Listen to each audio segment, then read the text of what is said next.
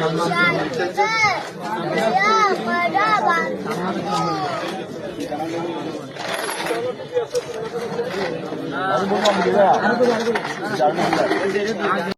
সাহায্য দিবা কটা ভাত খামু।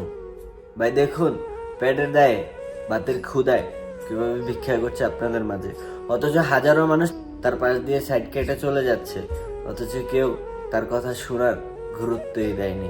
হ্যাঁ ভাই, আমি আপনি রেস্টুরেন্টে যাই 100-200 কিংবা 400-500 কিংবা তারও অধিক টাকা ওয়েটারকে বকশিস দিয়ে আসি, অথচ বাহিরে পদ্ম শিশু না খেয়ে দিন পার করছে, সেদিকে আমরা লক্ষ্যই দিই না।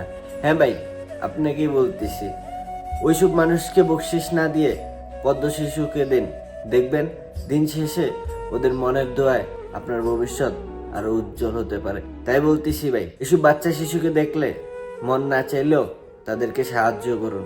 1 টাকা কিংবা 5 টাকা দিয়ে দেখুন না ওরা কি খুশি হয়।